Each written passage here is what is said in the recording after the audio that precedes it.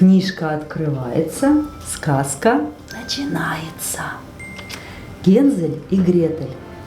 Жил на опушке дремучего леса бедный дровосек со своей женой и 2 детьми.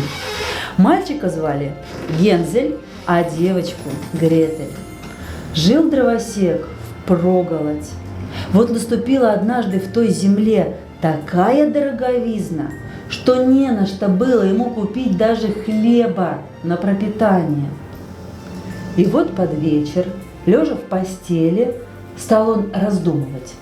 И все одолевали его разные мысли и заботы. Повздыхал он и говорит жене: «Что же теперь будет с нами? Как нам прокормить своих бедных детей? Ведь нам и самим-то кушать нечего». Надел свою курточку, отворил дверь в сени, это коридор так раньше назывался, и тихонько выбрался на улицу.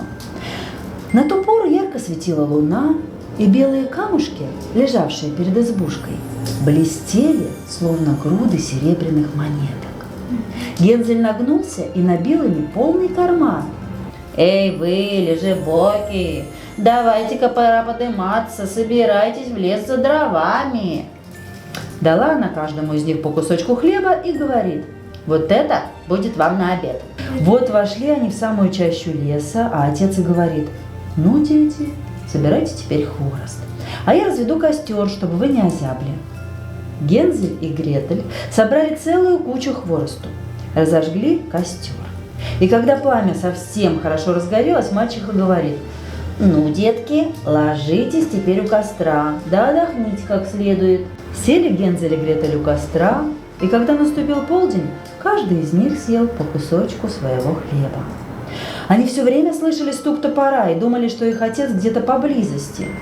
Но это был совсем даже не стук топора. Это чурбан был, его дровосек привязал к сухому дереву, и он раскачивался под ветром и стучал об ствол этого сухого дерева. Долго сидели они так у костра.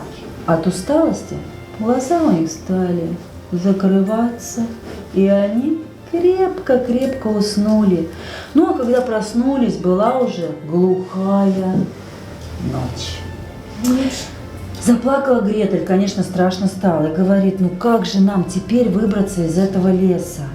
И Гензель стал ее утешать, он же брат, он же мальчик, мужчина. «Погоди маленько, скоро взойдет луна, и мы уж найдем дорогу». Когда взошла полная луна, взял Гензель сестрицу за руку, и пошли они от камушка к камушку, а сверкали они, словно новые серебряные денежки, и указывали детям путь-дорогу. Шли они всю ночь напролет и подошли на рассвете к отцовской избушке.